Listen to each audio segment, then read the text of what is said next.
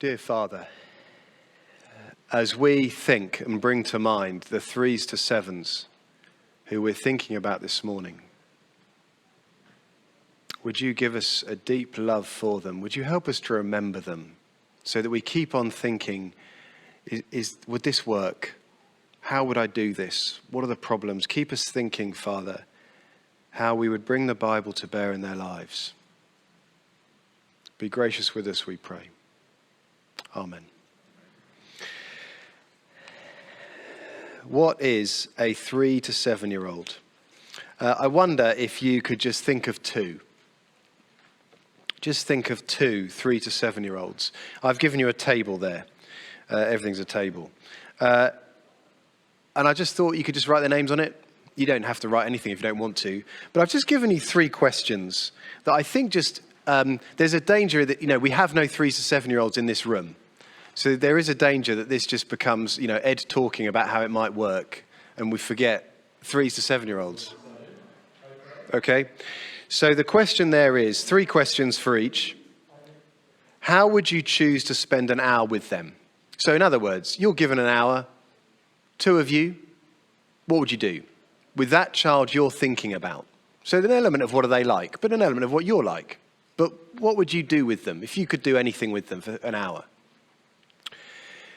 1-to-1. If you had an hour and you'd been asked to, open the Bible with them, teach them a story. They are 3s to 7s. It's not going to be a Bible study with 20 questions. What would you do with that child? Where would you go? So, for instance, you're allowed to just throw a ball and talk about the Bible. It doesn't have to be a book open on your lap. But, with that child, what would you do if at the end of the hour they'd got it, that one story? And then lastly, what is your prayer for them? For that child, that particular child, the way God has made them, the way God has gifted them, and the situation in their life, what is your prayer for them? Why don't you talk to your neighbour while we do this sound checking? Okay?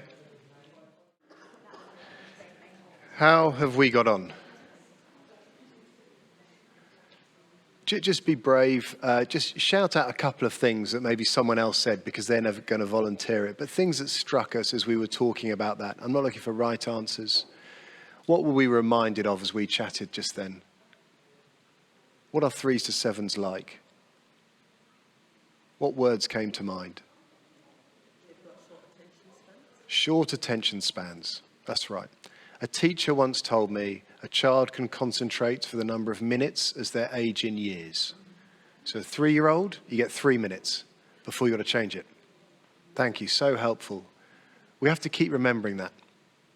Yeah, our plan for a long, thrilling lesson can easily come derailed. Anything else? What else came to mind? What struck you as you thought about that?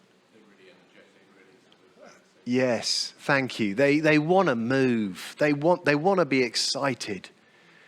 So lessons that primarily are sat down in a circle, it's not going to go so well. Thank you. Very helpful.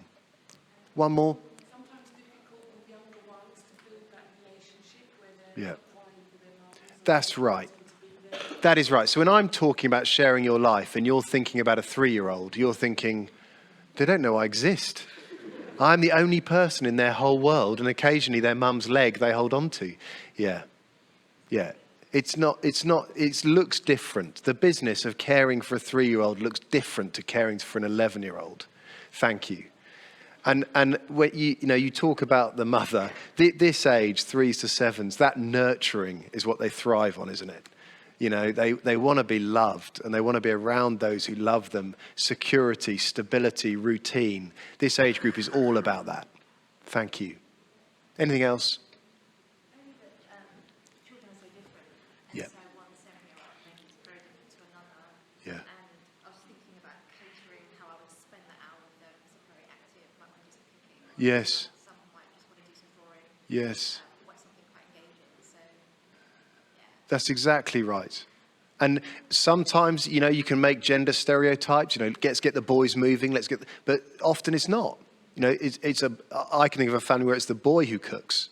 He's the one who wants to learn how to make stuff. and it's the girl who does more of the running around outside. They're all different. That's exactly right. And, by definition, if we've got a group in church, we have more than one of them. So we do our best to have that mix. And it might be that, the child who genuinely has to be running around all the time, you might have more activity, movement for 10 because of the one, but you'd consider this. Great. I hope it was encouraging thinking about some individuals and knowing what they're like. I just thought I'd show you a video of a 3-year-old. This is a 3-year-old I know. This video is not about to show you anything dramatic, but it made me laugh at the joy of that. And then, look what he does. Picks it up, walks it back, puts it on the top. And what does he do?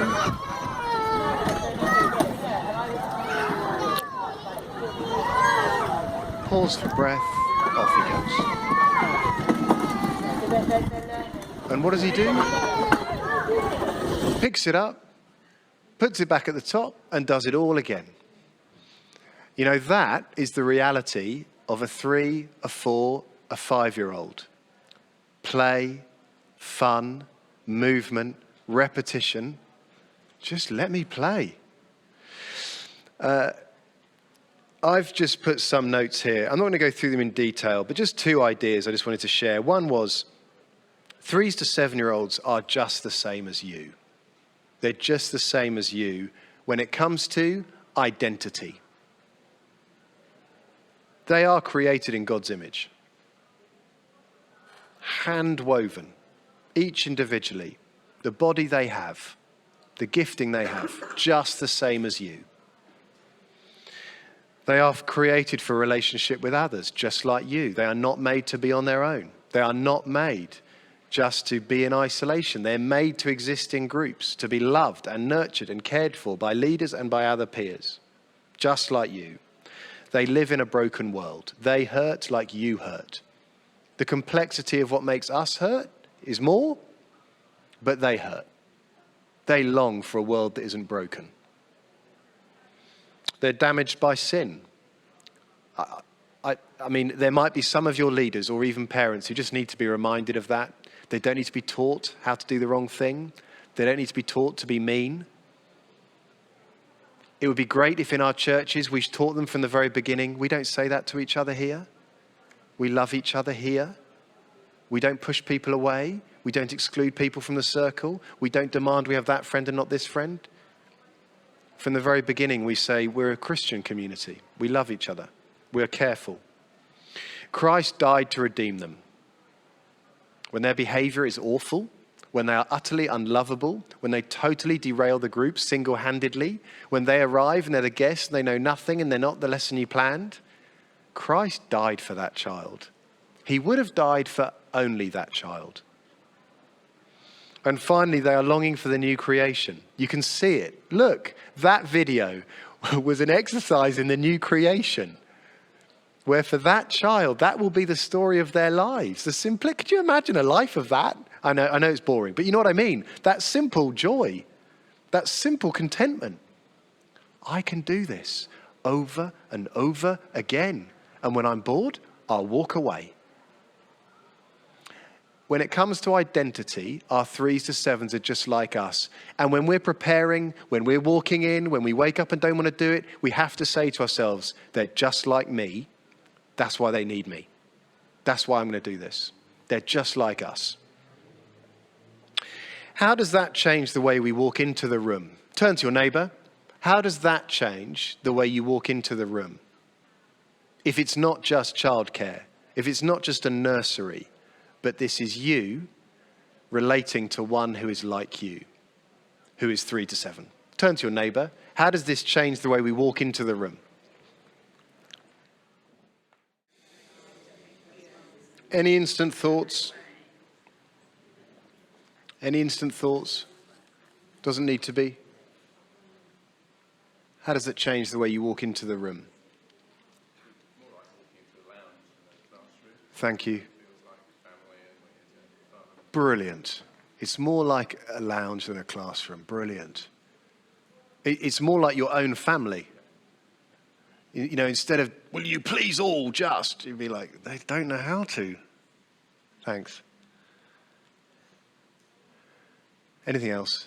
It's showing that you're so happy to see them there. You sort of welcome them. Yeah, you're so happy to see them because it's another you. You'd give them the welcome you get rather than the snotty 4-year-old. Yeah, thank you. Yeah, I mean, the value. Yeah, thank you. Anything else? The children in that room are more important than the session plan you might have. Brilliant. The children are more important than your plan. The piece of paper you are gripping as your salvation, thank you, is less important than, will I love them? And this age group more than any other. Can we all now just, I guess we could actually. If you all think that'd be fun, we could do that. Yeah, that happened. I'm going to show you a bit of a video of me teaching this age group, and that happened. Well, can we all whisper that? Yeah, I guess we could all whisper that. Why don't we all whisper that? That's fun. We can do that again. Yeah, thank you. Now, why don't you just, over the page, if there are any primary school teachers amongst us, or anyone who's studied child development, I suspect this page may represent about 6 months of research. You know, not by me, but this is my guide. This is the idiot's guide. You may know far more than this. But just take a minute, I'll stop talking, for you just to read, 3s to 7s are different to you in some ways. Just have a pen in your hand, just read through these. In italics is my notes of how that might affect what we do practically. Just go through this. You can argue with it. You can say how you think to yourself, is my group like this? Where is this surprising? Where do I forget that? I'll stop talking. Off you go, pen in your hand, do some scribbling. Can I just draw out a couple of things and then we can have a chat about it? The first thing is distance, geography, movement. Distance geography means nothing.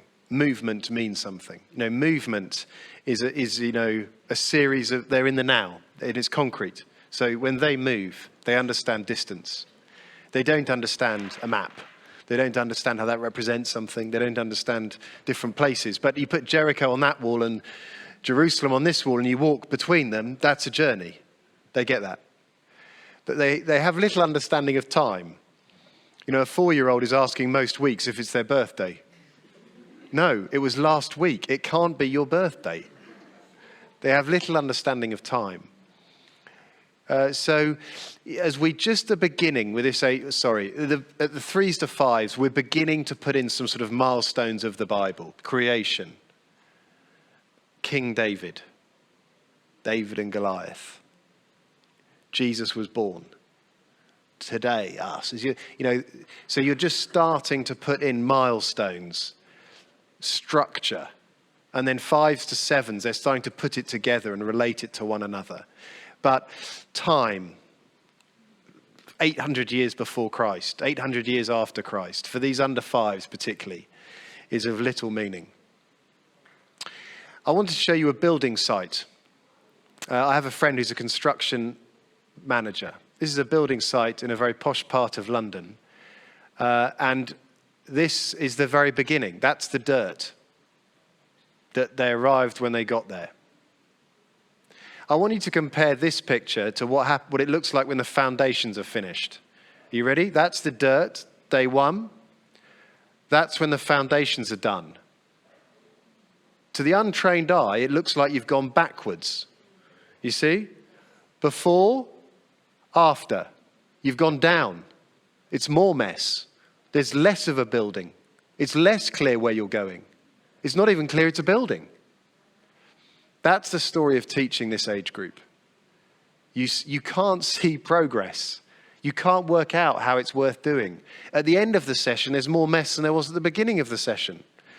You walked in quite encouraged. Then you taught a lesson and you're not sure if it was worth doing at all. You have to keep telling yourself we're building foundations. This is what we're doing. Are you ready to see what this became? That's the finished building. Something like £3 million a flat. Imagine if you'd built them without foundations. It wouldn't be worth £3 million a flat. By now it'd be cracked, falling. At this age group, we're building foundations. Killer statistic. 2 years ago, a survey of the UK church. The people who are praying and open their Bibles, not the people who tick Christian on a census. The people who are opening their Bibles and trusting in Jesus, in this country, 40% came to faith under the age of 4. 40% of yours and my church. By 11, we're up to 56%. The majority of this nation's church is done by the age of 11, but by far the most significant bunch is the under 5s. By far. Because it's when the foundations are put in. What would you give for one of your friends of your age to have been taught the Bible for the first 5 years? I would actually give a limb, this limb, for my friend Tom, to have been raised, being taught the Bible for the first 5 years of his life. The painful issues I'm having now. What do you mean, Ed, there's a creator? Tom! Ugh. Look around you. Tom lives in the most beautiful part of the country. How can he not see it? It's happening, but it's the foundations and it's a mess. And it's amazing you're in here because of the mess it is. But if you're, on a crash rota with under 2s, it's this. It's this that's happening. It's so that their lives stand.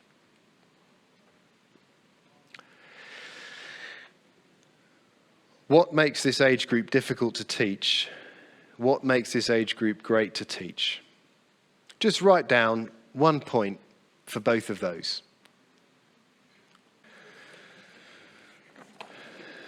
Let's find out then. What makes this age group difficult? Yes. I think to give them a structure Yeah. that you do need Yep. isn't just a repetition of what they do the rest of the week. Thank you. To give them a structure that isn't the same as a repetition. Now, please don't feel nervous, but just tell me, what's behind the that isn't the same as the rest of the week? What are you thinking there? Well, I spent my life working as a school teacher, and I couldn't do Sunday school work while I was still doing that because I felt the adjustment was going to be not fair for me, for the kids. And now that I'm retired, I do that. But I think, for me, old habits die hard, like wanting children to be quiet, to listen. So wanting them to feel secure Yeah, in what they're doing. yeah.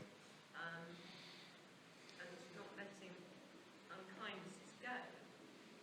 But it's something, isn't it, to try and... It is. So just for those who are listening later, the discussion of how different is our Sunday school experience from what they have in school during the week. I want to say, as someone who didn't used to be a teacher, I do want to encourage you not to be nervous of bringing those amazing skills from the classroom in. So, for instance, the Bible gets taught better in order. I certainly think in this country, we are working out ways of teaching to engage children better. That is the goal. So, the fact that the classroom today looks so different to 50 years ago, that is not entirely just fashion. That is about we are better at understanding how to grip children with knowledge and understanding. So I do want to say, and equally, I've heard teachers say, I don't want to be strict with this group of children. And I want to say, why aren't you treating them like your own children? If you wouldn't let that go at home, please bring that in. Do you know, so I leave each person to work this through, but order, skills that engage, clarity about what is outside the boundary, right love for each other, which I think, me not shouting out all the time is loving to the one who is quieter by nature, but then will be able to talk.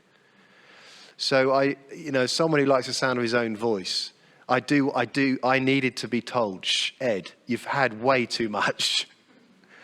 Joe, tell us what you're thinking. So I think that is and this issue of routine. So for instance, I think some people, the extreme would be, I don't even want a routine. I have had people come to our church saying, in honesty, the reason we're here is our church had no routine. There was no system. There was no order. There was no even, this is what we'll do this week.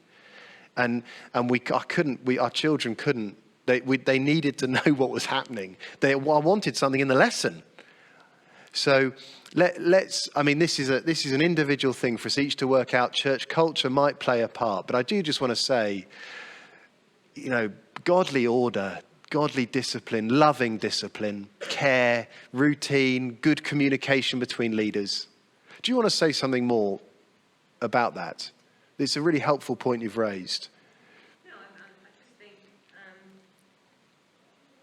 for me, I just wanted to make sure that I'm not going to approach my son's school. Right. Not to have, Yes. but I think there are, It's different. Yes. even though, as I say, Old Capital Guide Great. the same way. There, I'm new to this, so great. There are differences. But if you're new to this, I think I probably want to encourage you to keep a lot. To keep a lot. The fact they're calling you by the first name, the fact they want to give you a hug, that all stays the same. And I'd say keep the skills. I imagine if I put me or another leader in the room with you, I'm sure we would say at the end, that was brilliant. Can you teach me how to do that? The way teachers, and suddenly it's like Mary Poppins. They all like leap into place and they're sitting on their cushions and you're thinking, that is brilliant. Oh, for a bit more of that in my life, as you're about to see. Great, thank you so much. Any other reflections? What makes this group difficult? They're all different. They're all different. Yeah. Thank you. Girls are different. Some have selective Yes. thinking. They Yeah. don't talk to you. They just want to be quiet. So Yeah. some just cry all through. So, and the stages of development. Thank you. Thank you. Every child is different. And if you have a class in this range, 3s to 7s, you may have a class that's even broader. But, the 3-year-old compared to the 7-year-old, very different. Thank you. Very helpful. This age group, do not leave the issue at the door and bring it in. With this age group, if they've had a fight with their sibling, you hear about it. If the sibling is there, there's the fighting or the loving or the I can't be away or I can't be together. Thank you. If I've got new shoes, I need everyone to know about it frequently. Yeah, absolutely. This age group, the whole of life comes in with them. Thank you. For better and for worse. Thank you. What makes this age group great to teach? Let's just fire some out. Enthusiasm, bucketfuls. What's next? They're like sponges. They just absorb it. Yes, they just learn. And let me encourage you to do that review of what we have learned with this age group. At the end of a term, some pictures to help them see. Oh, my word. That's why we do it. Thank you so much. Next. Sense of fun. Life is to be enjoyed at this age. And we can give them that in our churches. Thank you. Next. They're willing to have a go. They are. And we want to nurture that. We want the guest to come into the class and think, I can do this. Mum and Dad said church is weird. This isn't weird. We're all in. You don't have to know stuff. You all get involved to create that sense of we're in. We're all welcome. We do it. Thank you. Thank you. Brilliant. Great. This is very encouraging. Now, let me just map out where we're going now. We're now just going to look at 3 key tools that shape what we're about, and then we're going to look at a passage and we're going to work out how to practically do it, okay? So I've just put down 3 key skills here, 3 key tools. The reminder that we've got, that there will be some people in this room who know more about these things than me, and I hope you are thinking, I could share that, I could help them with that. We'd love to hear that. But I've just put down 3. Story. If they don't get time and they don't get distance, they do get story. They struggle with conceptual learning, they get concrete learning. A story is concrete events, moment by moment. So this age group are all about story, and the Lord, in his infinite wisdom, gave us a book of stories. He gave us a book that is a story, using narrative to turn key abstract truth into understanding. So we're not reading or explaining, we are storytelling. We are discovering, we are excited. We are walking through it. We are doing it. So, there is the element of be confident. You don't need, I know you're teaching the Bible, but you don't need to read off the page word for word what your notes say. So the test as you walk to church is tell the story as you walk. You'll miss out a bit. That's okay. But the bit that you've missed out, but the whole thing is a story, is so much more engaging than. And then Peter said, Lord, why must we? Into the story, confidence. It is the Lord's work. You missing out a phrase does not wreck God's work. Go visual, go dramatic, go props, go drawing, go organic, go what you do. Go what with you do. If you're artistic, if you're a nurturer, if you're quieter, if you're arty, if you're dramatic, if you tell stories, if you love sound effects, if you can sketch, if you can walk around, if you can just sit and talk, do that. Holding, touching, tasting, listening, moving. I miss this part out, I think. I find this part harder, but they want to be involved. They don't want a discussion. They don't want to be told. They want to be up there. When you get a prop out, every child wants to hold it. When you tell a story, they want to come and tell the story after you. When you say, and then Jesus turned water into wine, they all want to try the glass. When you pour it in, they all want to drink. When you get out bread, I remember seeing a minister who wasn't normally with children tell a story. And at one moment in the story, he threw a bowl of beads out to the side. So the children sat here, he threw the bowl of beads out. The next 10 minutes, while he explained, was the whole room just moving slowly towards the beads. The whole room, just shuffling a little. The whole audience just moved slowly to the side for 10 minutes. Every child wanted to hold every bead. Okay? So, you've got to embrace that. If I have a bowl of beads, it drives them nuts if they don't put their hands in the beads. If you bring water in, let's get our hands in the water. If we're on a beach, you bring in a bucket of sand. I think some really get this, and they are the ones who walk into church with, industrial quantities of stuff. Because the exploring and the doing is what this group are about. Repetition we've talked about. Repetition of the story. I tell the story, now you tell the story, now you tell the story. Goodness, we're all going to tell the story and none of you are bored by this. And this time when we do it, we'll do it differently. And we'll pretend we're doing it, and we'll do it as many ways as we can. That story, active play. I find this hard, and I hope some in the room can help us with this later. But that is, I've put there, child's play is their work. They learn by playing. They don't really learn by listening. So how do we make a game of this? How do we all get to do this? How do we all get to be the story? How do we get to play with the story?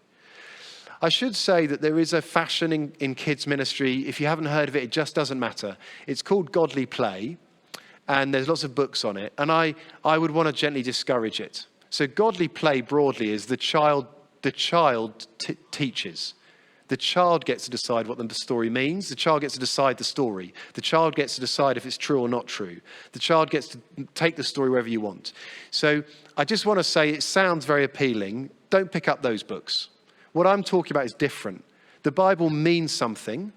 We can tell children what it means. We can tell them it's true and that it happened. Then they can tell the story themselves. And we don't jump on every detail they get wrong. But they can particularly play with what the story means and how it happened and the love Jesus showed and why, who did he talk to and how did he talk to them. If you're interested in this, we could talk about it later. But play with the story. Be part of their play. Some of you are very good, and I hope as we talk about this passage, we'll work this out together. And finally, just routine. The one thing I want to say on routine is rotas, everyone different each week, that makes routine a problem. So if you have a different teacher in each week, or you have every 3 weeks, just work out a routine. Can we put it on the wall? Can we say, 5 emojis that represent what we always do? Is there a rug we always put out, we tell the story on? Is there a set of cushions we always sit in a circle for that part? Is this corner where we always play our games? If we each, but there is a sense of, look, that stifles creativity and it's not the way I like to do it. For the children's sake, just settle on a routine and then work out how to do it. And someone is going to have to say, can I suggest this routine? And it might involve having a spaghetti bolognese around a table to agree this. But just how do we, with this age group, you can sing the same song every single week to start and the same song every single week to finish. So some are going to go, that sounds very dull. And you can say, it's not for them. They like the fact we sing hello, the hello song at the beginning. There is a hello song. I won't sing it, but there is one. It's okay. Before we move on to the Bible passage and you're going to get working, just any questions, any thoughts are in your head, things you wished Ed had said. Ed has no idea about this. I wish he'd say this. Questions we have, complaints we have. What are we thinking? Yes. Yes. We thought about children leading movement, especially the young ones. Yes. But when you're limited by space, so say you've got 20 children and all they've got is the platform Yes. Yes. Yes. Yes. Thank you. The question is, if we have 20 children roughly on the size of a picnic blanket, what do we do? Well, the first thing we say is we say to our church leadership, come on, let's have a plan. I don't need it next week, but in 10 years' time, when we have 20 times the number of children, what are we going to do? So I do think, let's plan. So if we're in Britain, we probably are conservative in our thinking. The older we get, the more conservative in our thinking we get. So the first thing to say is, I want there to be 20 times the number of children in our church because they need Christ. We need the whole of our town, the whole of our suburb in our church, and we need to plant 6 more churches. So give me a plan for that. Great. That's the first thing you're going to do. The second thing you're going to do is you're going to be unbelievably flexible because you love these children. So I have no answer to your question. So I meet people who say, Ed, what would you do with a room where 50% of the table is 50% of the room is a large oak table? I don't know. I've got no idea. That's so annoying. But you've got a cave. I don't know. Do you always do story time under the table? I've got no idea. I do honestly want to say, let's change it. Let's get rid of the oak table. They burn really well. So I want to say both things. I want to say, let's have a plan for growth. Let's say we're discipling children. We're not having a laugh. I refuse to be given a room that gives me the impression you only want me to shut them up while you preach, because we are doing a lifetime of foundation building. And if you want Ed to explain, the future of the church will be built in my group, he'll come along and do that. Secondly, you love these children so much, you'll find a way. You'll find a way. You'll say, there is actually a pub just across the car park. I know the church that does this, and the children meet in the pub. It's obviously not open at 9 a.m. on a Sunday morning, but it's a better space than the church could offer. So you love your children, you'll find a way, but it also makes me sad that it says something to you and to the children if the room they get is the worst room in the building. Okay, any other questions, any other thoughts? Oh, great. We're into Luke 7, 36 to 50. What we're going to do now is we're going to just work out with our remaining time, we've got half an hour, you're going to do the work, is how would you teach this lesson? So, we sent this ahead, I hope you've read it. It's Luke 7, 36 to 50. I'm just going to read a few bits of it, just the essentials. When one of the Pharisees invited Jesus to have dinner with him, he went to the Pharisee's house and reclined at the table. A woman in that town who lived a sinful life learns that Jesus was eating at the Pharisee's house. So she came there with an alabaster jar of perfume. As she stood behind him at his feet weeping, she began to wet his feet with her tears. Then she wiped them with her hair, kissed them, and poured perfume on them. Now, broadly, the rest of the story is the Pharisees arguing about why Jesus would have allowed that to happen and Jesus explaining it. But then crucially, verse 47, therefore I tell you, her many sins have been forgiven, as her great love has shown. Whoever has been forgiven little loves little.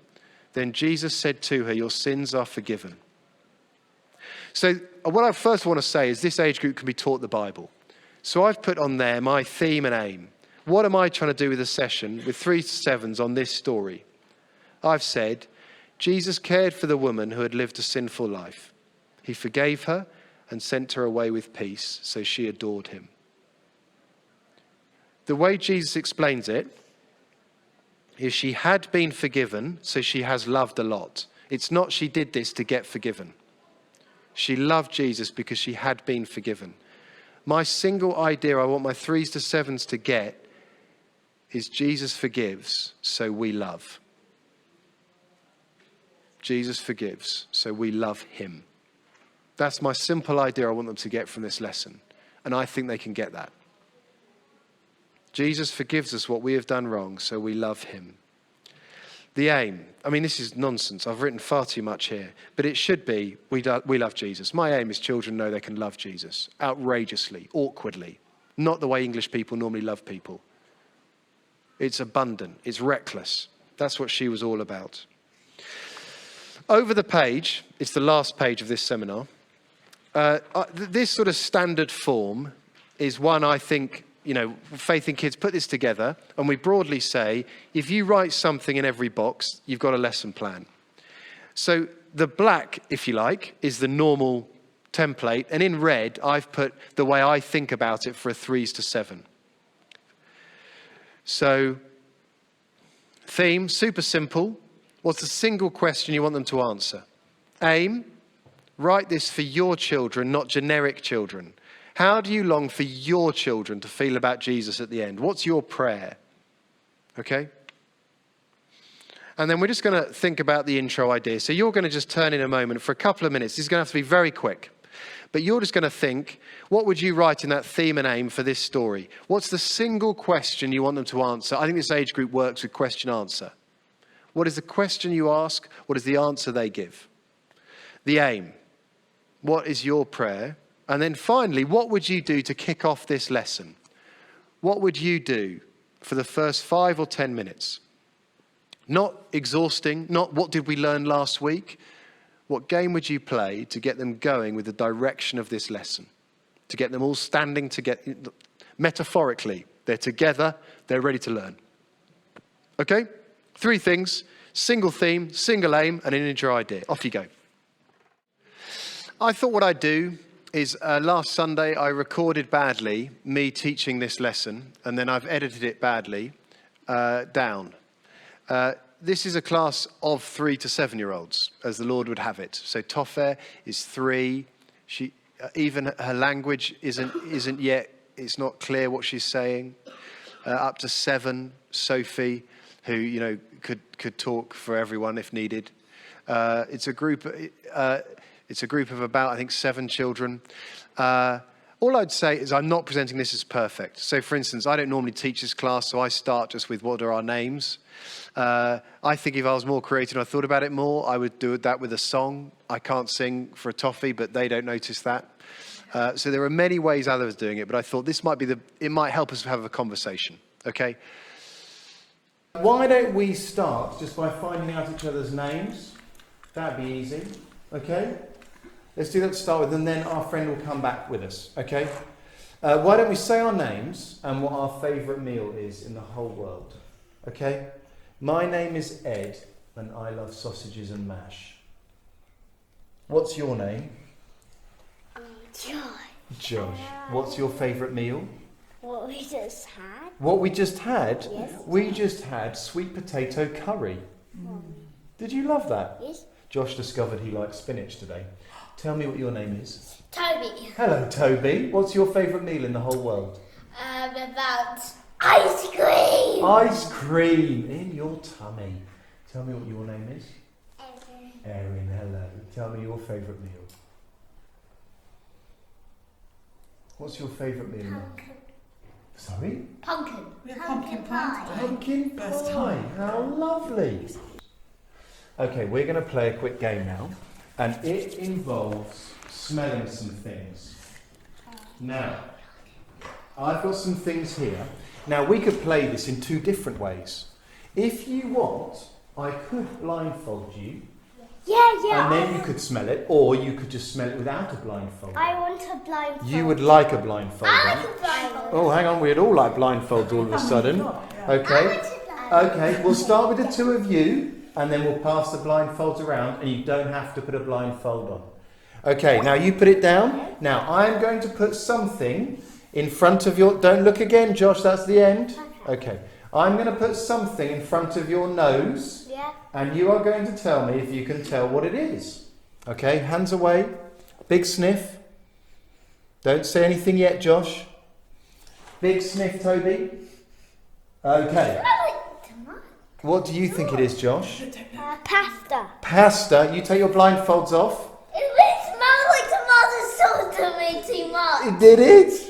That's what it was. It is a bit like pasta. Should we pass them on? Erin can take one. Joanne, would you like to be blindfolded? No? Toffee, would you? Okay, you put it on. Can you smell something without a blindfold on? Okay, ready? You don't have to be blindfolded. Here we go. I've got something smelly here. Don't look. Joanne, do you want to smell this first? Don't say anything. Toffee. Oh, we've got to find your nose, Toffee. Oh, she won't be able to smell it. Where is Toffee? That's it. Where is Toffee? Well, you can't see. Okay, Toffee, can you smell that? Can you smell it? Erin, can you smell that? Yeah. Okay. Okay, blindfolds off. Take it off, Toffee. Toffee, do you know what you just smelt? Peas? What do you think you just smelt, Erin? I just don't know what it is. You don't know what it is? Yeah, I thought that Erin, what do you think you just smelt? was... Joanne, what did you just smell? I have no idea. What is it? Do you know? That.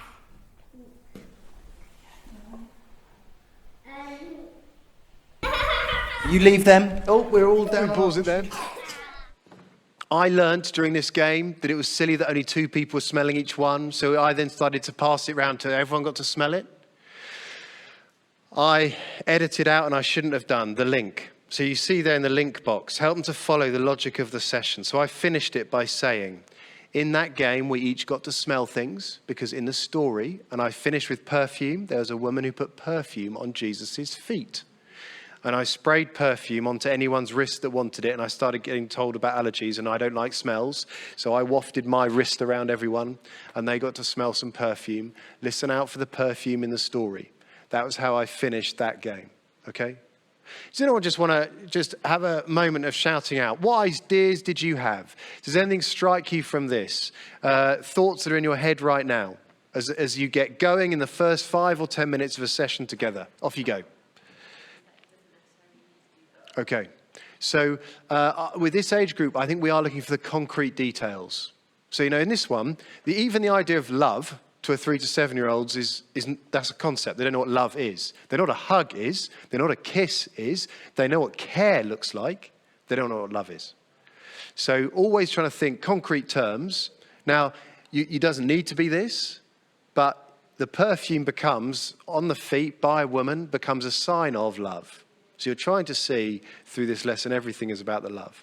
Okay? Great. Any questions? Any thoughts? You could disagree. You could do it differently. You can be annoyed at how annoying Ed is or the way he does things. That's okay. Yes? I've got some examples of what sort of things that they've done that they know. And all, I do 5 to 7. Yes. Slightly different. But what sort of naughty things, you know, who's been naughty Okay. this week? What did Okay. Okay. you know? Right. So the tack you're taking is we're about to think about the joy of Jesus rubbing out sin, forgiving sin, getting rid of sin. So you're saying, what have we got wrong this week? I would love just to help them get a more concrete version of that, is that if we started with that, I might just put up a whiteboard and just scribble a picture. What have we got wrong this week? So when they don't share, you just put 2 stick men a further apart, they're each holding a toy. You know, I hit my brother, just a stick man. So I would try to represent it visually. This is what we are talking about when we talk about sin. I wouldn't say that, but that sense of this is what is going to be ripped up. In fact, I would, so that I could destroy it later. It has gone, that love we feel, okay? Other people, some people in this room know exactly how they would do it, and it would be so much better. Does anyone want to share another idea? So we do 3 to 5 Yes. And we talked about the smell, but the way we talked about it was what smell do you like? Yes. Flowers, because so 3Ls have, so they can begin to talk about smells. Yes. What they think smells and what really smells good. Yes. And then the other thing we said about the story was we were going to sort of say to them, what guests do you have at home if you have somebody really important coming? Yes. The concept was trying to tell them that Jesus was, what would you do? And then they can talk about when grandma is coming or grandpa Great. is coming, and then we now introduce, when Right. Jesus went. And maybe lay a table. Maybe give everyone some paper plates and some knives and forks, and we give them a table, or do it on the floor, or a picnic. We're getting ready for a meal. They were having a meal. We're going to get the room ready. We're going to eat something today. Thank you.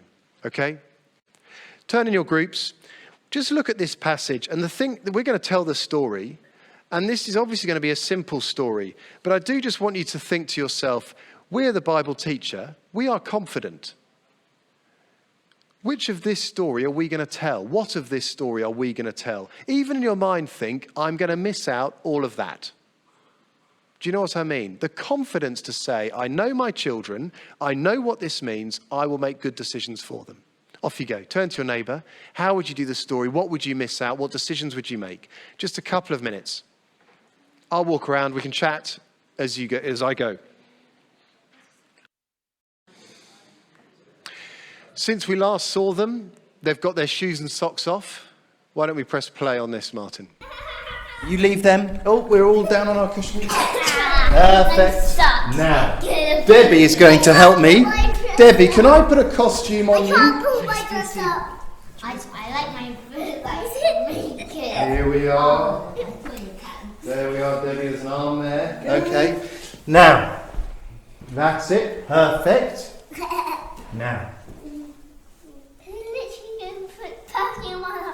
I might do if you want me to, but if it makes you cough, I won't. I don't want. Now, Debbie. I want fun. Debbie is going to pretend to be the woman who washed Jesus' feet. Now, let me tell you a little about it. There was a lovely dinner with amazing food where Jesus was eating. You leave that, please. There was an amazing Who meal. could be Jesus? I can.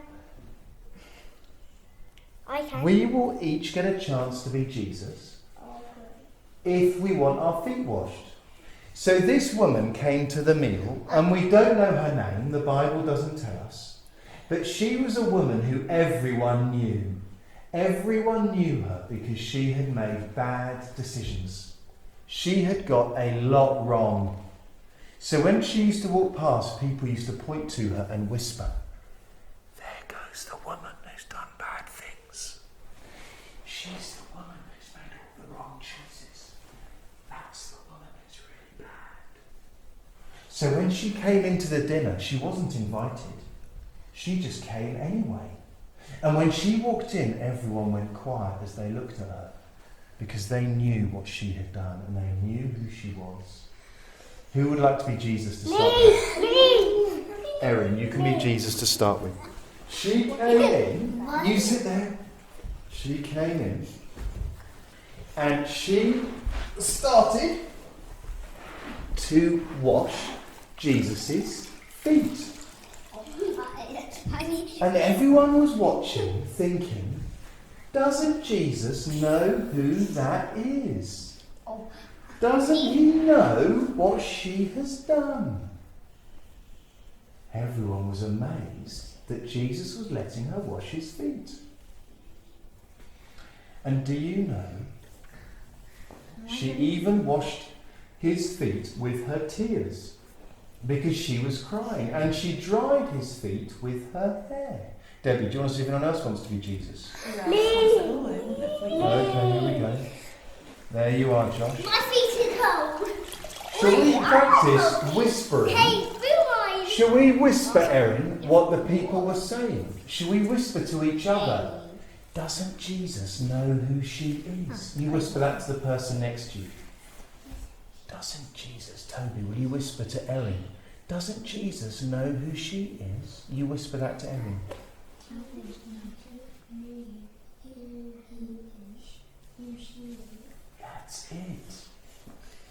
Are you going to whisper it to Joanne, Erin?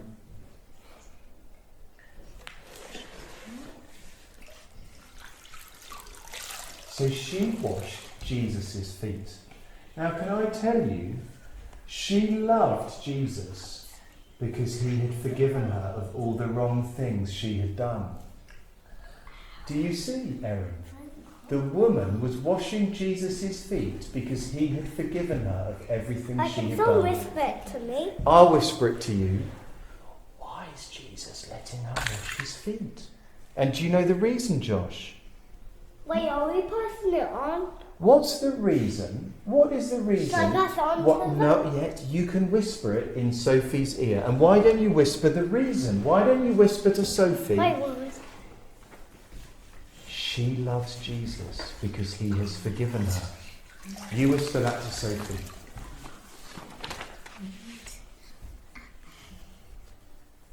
Do you want to whisper that to Toffer? She loves Jesus because he has forgiven her. Here, I have a piece of paper that says on it, Jesus forgives. Jesus forgives. And we are going to put some paint on our feet and we are going to make a footprint in the middle. Do you know why we're going to do that? What did Jesus do? What did the woman do with Jesus' feet? wash them. Wash them. Yes. Washed Yes. Jesus' feet. And why did she do that? It's because Jesus forgiven her. You are great, Joanne. Well done. Here we have a piece of paper for each of us. Here I have some blue paint. There we have some blue paint. And here I have a sponge. And then I will get the water back. Where's the water? You've got the It's water. coming. There, he's got the water. Okay, you want your feet painted. Now, when we do this, we have to be careful that we don't end up getting paint on the floor. Okay? So here we go. Woo! Now, I should have got you to stand up first, Sophie. Okay? So can you stand up and not touch this on the ground? Okay. Whoop! That wasn't very helpful. You hold on to me. Are you ready? Okay. You hold on to me. And you are just going to put your foot down, try not to smudge it. Okay? That's it. And up! Look at that! Now, will you put your foot in there now, Sophie? There you are. Now, I have to write some names on these or I'm going to forget. Hang on. I just have to find a pencil. Then it's my turn. Just wait, Josh. Give it a bite. It doesn't have to be your turn. Here is Sophie. Bit of a white. Okay, You don't have to wait. that's it. Come on now. Okay, Josh, I'm going to... Can you stand up, Josh? Okay, I've got a towel, I'll bring it over. Here you are. Sophie, you put your foot on there. That's it, on there. Right, Josh. Okay. Just put your foot here. Put your other foot there. That's it. Perfect. I'm Okay. good at sitting down. Okay, are you ready, Josh? That is super cold. It's super cold. I Okay, are we ready? Now, I'm gonna walk. Erin, Yeah. whose foot did the woman wash? Jesus is. Jesus's. And do you remember why she washed it? Because he is forgiven. Well done. Because he forgave Can her. we use Okay, Josh, up we go.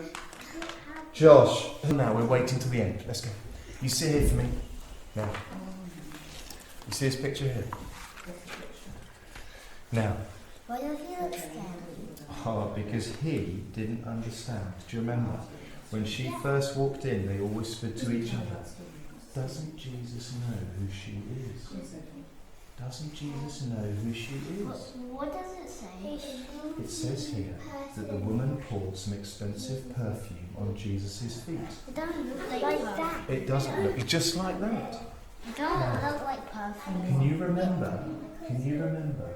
Why did everyone know that? Do you remember? Everyone knew her because He did wrong things. she had done wrong things. Well remembered, And Toby. she didn't know because she could see her above her thigh, and she might have written some bad things. She knew she'd done some bad things. But, And do you but remember? how did he do bad things? How did she do bad things? You know how to do bad things.